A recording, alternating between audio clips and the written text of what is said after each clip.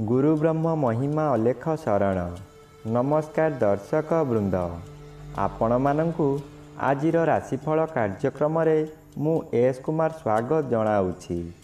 प्रतिदिन निजर राशिफल जानिबा पाई गुरुकृपा यूट्यूब चैनल को सब्सक्राइब करंतु और पाखरे थिबा बेल आइकन को प्रेस करी ऑल नोटिफिकेशन ऑन करी दियंतु, जहा फଳରେ आमे जेतेबेले वीडियो अपलोड करिवो प्रथमे आपण वीडियो देखि पारिबे।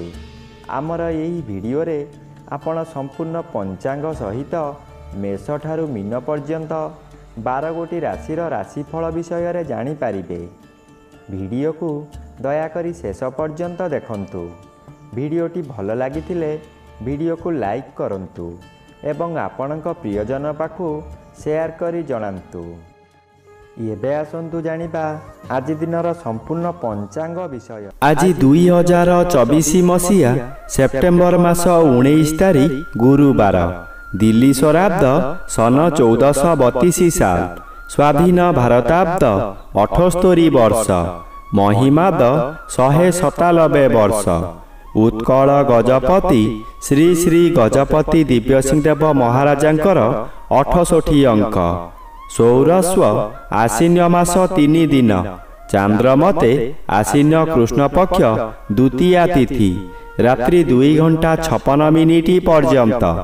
आजिर सूर्योदय बिरजा क्षेत्र को 5 घंटा 37 मिनिट, कन्या लग्न शून्यदंड 18 लिता गते उदय।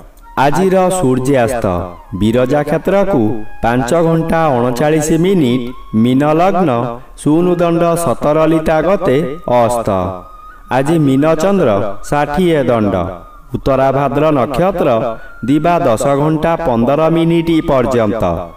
आज जन्मित शिशुर मीन राशि विप्रवर्ण नरगण, दिवा 10 घंटा 15 मिनिट गते देवगण। आज मृत व्यक्तिर रात्रि 2 घंटा 56 मिनिट मध्ये एक पाद पुष्कर दोष। निषिद्ध खाद्य आज बोईतालु भोजन निषेध अटे।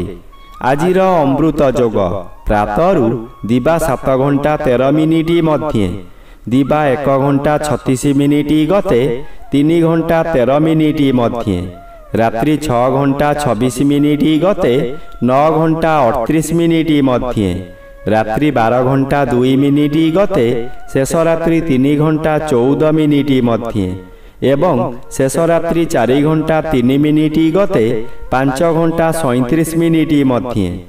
आजिर महेंद्र जोग नाही। आजिर काल बेला एवं 12 बेला, दिवा 2 घंटा 36 मिनिट गते अपराह्न 5 घंटा 39 मिनिट मध्ये। आजिर काल रात्रि रात्रि 11 घंटा 39 मिनिट गते 1 घंटा 33 मिनिट मध्ये। आजिर राहु काल मध्याह्न 1 घंटा 30 मिनिट ठारू अपराह्न 3 घंटा मध्यरे। आज धनु राशिर घात चंद्र दिवा 10 घंटा 15 मिनिट गते बिछा राशिर घात नक्षत्र। धनु राशि और मीन राशिर घात तिथि, तुला राशि और कुंभ राशिर घात बार। प्रिय बंधुगण, एबे आसंतु जानिबा मेष ठारू मीन पर्यंत 12 गोटी राशिर राशिफल विषय रे।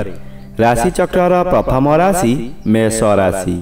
आज मेष राशि जन्मित व्यक्ति मानक सकाशे द्वादश स्थान रे चंद्र गोचर करूछंती अशुभ फल मिलिब।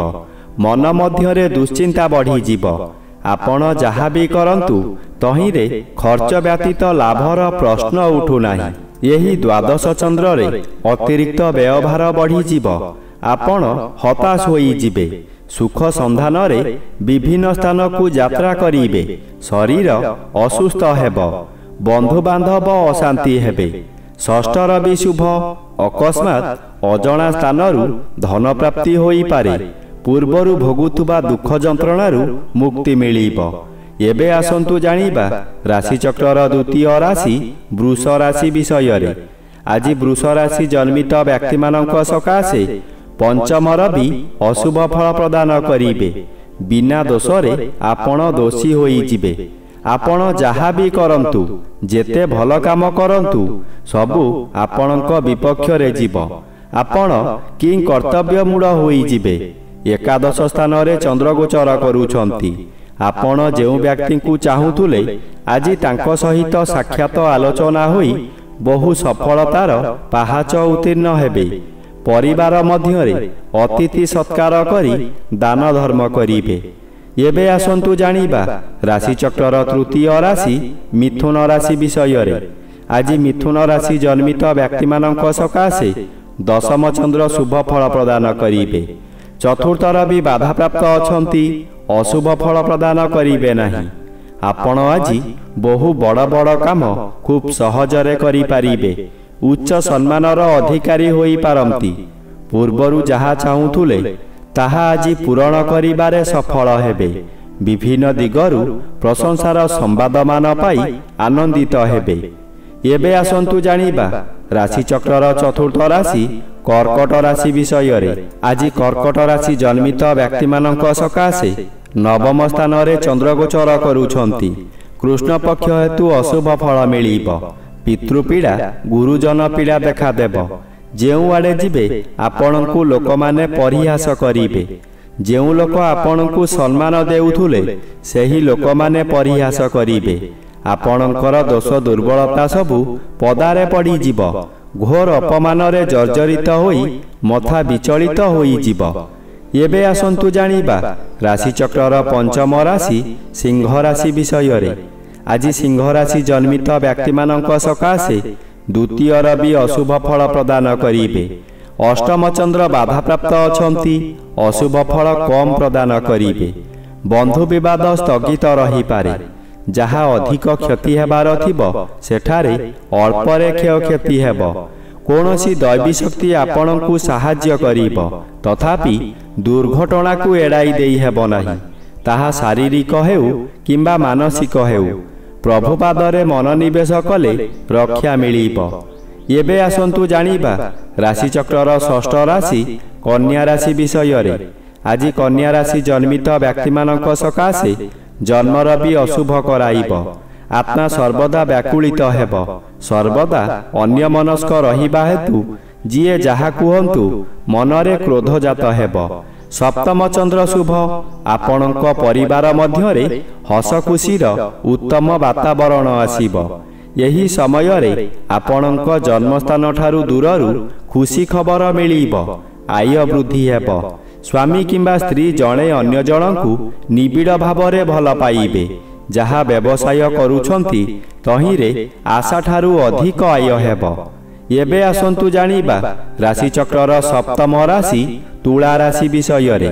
ଆଜି ତୁଳା ରାଶି ଜନ୍ମିତ ବ୍ୟକ୍ତିମାନଙ୍କ ସକାଶେ ଷଷ୍ଠ ସ୍ଥାନରେ ଚନ୍ଦ୍ରଗୋଚର କରୁଛନ୍ତି। ଷଷ୍ଠ ଚନ୍ଦ୍ର ବଳବାନ ଚନ୍ଦ୍ର। ଆପଣଙ୍କ ପରିବାର ମଧ୍ୟରେ ଖାଲି ଆନନ୍ଦ ହିଁ ଆନନ୍ଦ ମିଳିବ। ଯେଉଁ କାମରେ ହାତ ଦେବେ ତହିଁରେ ସଫଳତା ନିଶ୍ଚୟ ମିଳିବ। ବ୍ୟବସାୟ କରୁଥିବା ବ୍ୟକ୍ତିମାନେ ବ୍ୟବସାୟରେ ଆଶାଠାରୁ ଅଧିକ ଲାଭବାନ ହେବେ। ପୂର୍ବରୁ ଆପଣ କରିଥିବା ଋଣ ଏହି ସମୟରେ ପରିଶୋଧ କରିପାରିବେ। ପାଖରେ ଅର୍ଥର ଅଭାବ ରହିବ ନାହିଁ।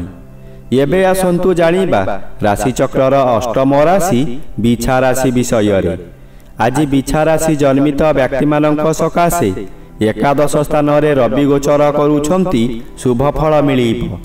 ବହୁଦିନରୁ ଯେଉଁ କାମକୁ ଅପେକ୍ଷା କରିଥିଲେ ଏବେ ଅପେକ୍ଷାର ଅନ୍ତ ଘଟିଛି। ଅଚାନକ ଆପଣଙ୍କ ଧନ ବୃଦ୍ଧି ହେବ। କୌଣସି ଅଜଣା ସ୍ଥାନରୁ ଅପର୍ଯ୍ୟାପ୍ତ ଧନ ମିଳିବାର ସମ୍ଭାବନାକୁ ଏଡ଼ାଇ ଦେଇ ହେବ ନାହିଁ। ପଞ୍ଚମ ଚନ୍ଦ୍ର ଅଶୁଭ। ଆପଣଙ୍କ ମନ ଅସ୍ଥିର ରହିବ। କଥା କଥାକେ ଆପଣ ରାଗିଯିବେ। ରାଗ ଶାନ୍ତ ନ କଲେ ବହୁ ଶତ୍ରୁ ସୃଷ୍ଟି ହେବେ। ପରିବାରରେ ପିଲାମାନେ ଅମାନିଆ ହୋଇଯିବେ। ଏବେ ଆସନ୍ତୁ ଜାଣିବା ରାଶିଚକ୍ରର ନବମ ରାଶି ଧନୁ ରାଶି ବିଷୟରେ।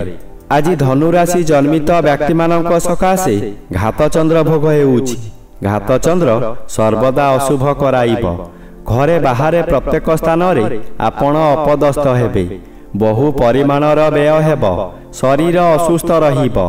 ମଥା ବିଚଳିତ ହେବ। ରାସ୍ତା ଦୁର୍ଘଟଣା ହୋଇପାରେ। ନିଜ ମନକୁ ଶାନ୍ତ ନ କଲେ ନିଜକୁ ନିଜେ ଦଣ୍ଡ ଦେଇ ହଇରାଣ ଓ ଲୋକହସା ହୋଇପାରନ୍ତି। ଆପଣଙ୍କର ଦୁଃଖ ପରେ ଦୁଃଖ ମାଡ଼ି ଆସିବ। ଏବେ ଆସନ୍ତୁ ଜାଣିବା ରାଶିଚକ୍ରର ଦଶମ ରାଶି ମକର ରାଶି ବିଷୟରେ। ଆଜି ମକର ରାଶି ଜନ୍ମିତ ବ୍ୟକ୍ତିମାନଙ୍କ ସକାଶେ ତୃତୀୟ ସ୍ଥାନରେ ଚନ୍ଦ୍ର ଗୋଚର କରୁଛନ୍ତି। ତୃତୀୟ ଚନ୍ଦ୍ର ବଳବାନ ଚନ୍ଦ୍ର। ତୃତୀୟ ଚନ୍ଦ୍ର ଚଳନ ସମୟରେ ଆପଣଙ୍କର ସ୍ୱାସ୍ଥ୍ୟରେ ଉନ୍ନତି ଘଟିବ। ପୂର୍ବରୁ ଥିବା ରୋଗମାନ ଅପସରିଯିବ। ଶରୀରର ତେଜ ବୃଦ୍ଧି ହେବ। ଯେଉଁ କାର୍ଯ୍ୟ କରିବାକୁ ଚାହିଁବେ ତହିଁରେ ସଫଳତା ଲାଭ କରିବେ। ହଠାତ୍ ଆପଣଙ୍କର କୌଣସିଠାରୁ ଶୁଭ ଖବର ପାଇ ମନର ବଳ ବୃଦ୍ଧି ହେବ। ନବମ ରବି ଅଶୁଭ। ପୂର୍ବରୁ ଥିବା ଶତ୍ରୁମାନେ ଅଧିକ ବଳବାନ ହୋଇଯିବେ। ଆପଣଙ୍କୁ ବହୁ ହଇରାଣ କରିବେ। ଏବେ ଆସନ୍ତୁ ଜାଣିବା ରାଶିଚକ୍ରର ଏକାଦଶ ରାଶି କୁମ୍ଭ ରାଶି ବିଷୟରେ। ଆଜି କୁମ୍ଭ ରାଶି ଜନ୍ମିତ ବ୍ୟକ୍ତିମାନଙ୍କ ସକାଶେ ଦ୍ୱିତୀୟ ଚନ୍ଦ୍ର ଅନ୍ୟ ଗ୍ରହ ଦ୍ୱାରା ବାଧା ପାଉଥିବାରୁ ଅଶୁଭ ଫଳ ପ୍ରଦାନ କରିବେ ନାହିଁ। କିନ୍ତୁ ଅଷ୍ଟମ ସ୍ଥାନରେ ରବି ଗୋଚର କରୁଛନ୍ତି ଓ ଆଜି ଘାତବାର ଥିବାରୁ ଆପଣ ଯେତେ ଚେଷ୍ଟା କଲେ ମଧ୍ୟ ଆପଣଙ୍କୁ କେହି ଭଲ ପାଇବେ ନାହିଁ। ଆପଣଙ୍କ କଥାକୁ ଭୁଲ ବୁଝିବେ। ଆପଣଙ୍କ ମୁଣ୍ଡ ବିଚଳିତ ହୋଇ ପାଗଳ ପ୍ରାୟ ହୋଇଯିବ। ଦୁଃଖ ପରେ ଦୁଃଖ ଆସିବ, ଯାହାଦ୍ୱାରା ନିଜେ କ'ଣ କରିବେ ସ୍ଥିର କରିପାରିବେ ନାହିଁ। ଅନ୍ୟ ମନସ୍କ ହୋଇ ରାସ୍ତା ଦୁର୍ଘଟଣା ମଧ୍ୟ ହୋଇପାରେ। ଏବେ ଆସନ୍ତୁ ଜାଣିବା ରାଶିଚକ୍ରର ଦ୍ୱାଦଶ ବା ଶେଷ ରାଶି ମୀନ ରାଶି ବିଷୟରେ। ଆଜି ମୀନ ରାଶି ଜନ୍ମିତ ବ୍ୟକ୍ତିମାନଙ୍କ ସକାଶେ ସପ୍ତମ ରବି ଓ ଘାତ ତିଥି ଅଶୁଭ। ଆପଣ ଯେଉଁ କାର୍ଯ୍ୟ କରୁଥିଲେ ହଠାତ୍ ତାହା ପରିବର୍ତ୍ତନ କିମ୍ବା କାର୍ଯ୍ୟ ହାତରୁ ଚାଲିଯାଇପାରେ, ଯାହାକି ଆପଣ ବରଦାସ୍ତ କରି ନ ପାରି ବିଚଳିତ ହୋଇଯିବେ। ଶ୍ରୀଚନ୍ଦ୍ର ଗୋଚର ଭ୍ରମଣ କରୁଛନ୍ତି। କେତେକାଂଶରେ ଶୁଭ ଫଳ ମିଳିବ। ଘରକୁ କୌଣସି ଅତିଥି ଆଗମନ କରିପାରନ୍ତି। ଗୃହରେ ଖାଇବା ଧୁମଧାମ ହେବ। ନୂତନ ବସ୍ତ୍ର ଆଭୂଷଣ ବ୍ୟବହାର କରିବେ। ଆଜି ଦିନରେ ଗୃହାରମ୍ଭ କିମ୍ବା ଗୃହ ପ୍ରତିଷ୍ଠା କରନ୍ତୁ ନାହିଁ। ଏହା କଲେ ଜୀବନ ସାରା କଳହ ଲାଗି ରହିବ।